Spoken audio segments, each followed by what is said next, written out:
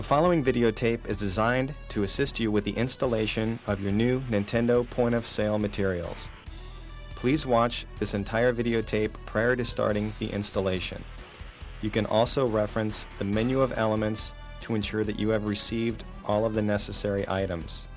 Please check with your regional manager prior to installing these fixtures, as you may need to notify the mall management if you plan on completing this installation after hours.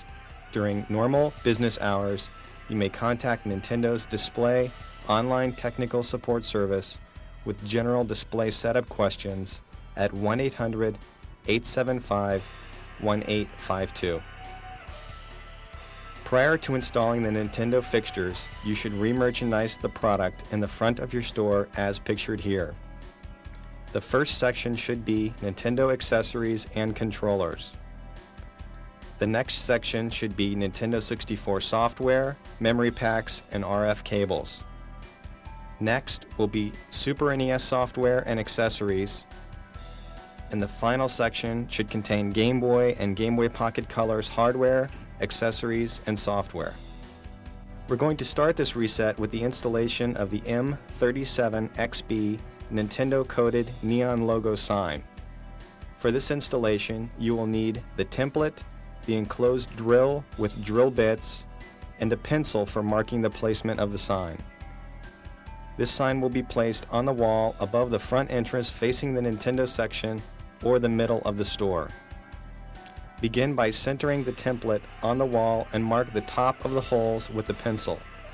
You should measure the distance from the top of the wall on each side of the template to ensure that the sign will be straight. Use the enclosed drill to make the holes marked with the pencil, and then screw in the anchors with a Phillips head bit. Then screw in the bolts, leaving 1/2 inch of the bolt exposed as shown here. You can then hang the Nintendo neon sign and run the power cord up and over to the electrical outlet.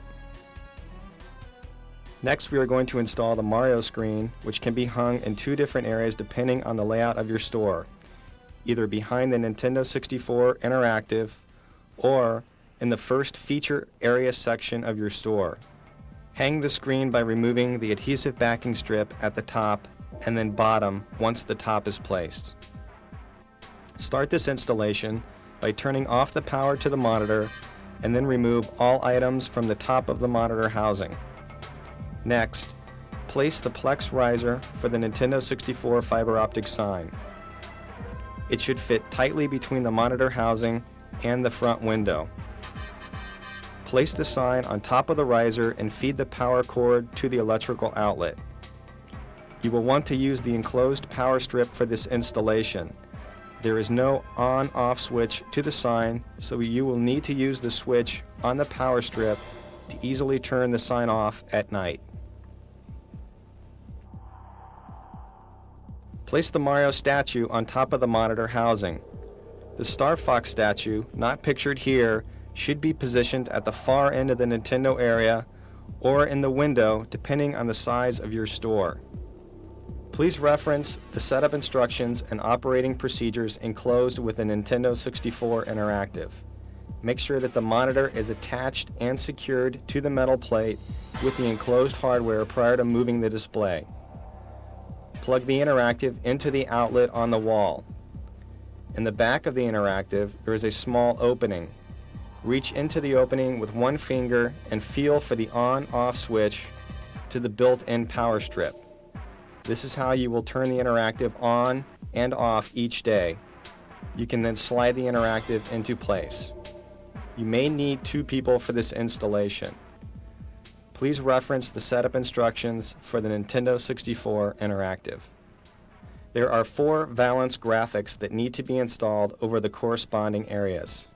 There is 1 each for the 4 areas including Nintendo accessories, Nintendo 64, Super NES, and Game Boy Pocket Colors.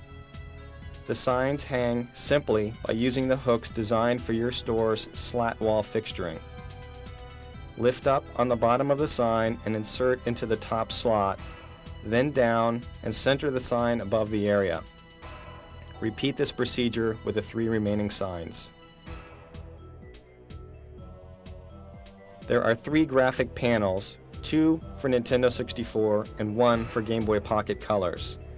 These signs are to be placed above the valence graphics using the L brackets on the back of the signs. Position this sign flush against the wall and then center the sign on the wall above the corresponding area. You will need the drill with the Phillips head bit for this installation. The wood is soft above the soffit area and the screw should go into the wood easily. If needed, you can pre-drill holes prior to installing the signs. The character set includes Mario, Bowser, and Starfox. The character sets come with an adhesive backing and should be positioned in between the graphic panels as shown here. You should have received banners for current Nintendo game titles. These banners should be hung with the attached hooks and string. Pre-cut the string based on the ceiling height and place the hooks through the lighting grid and angle the banner to the center of your storefront. You will hang the Starfox plane in the same manner as the banners. Your plane will have only one string in the center of the plane, which will allow for 360-degree rotation. You may want to use some additional string, as pictured here, to alter the angle of the plane or to keep the position stationary. You will also be receiving an oversized Game Boy Pocket. This piece can either be hung from the lighting grid or placed on the enclosed stand. This completes the installation of the Nintendo merchandising reset.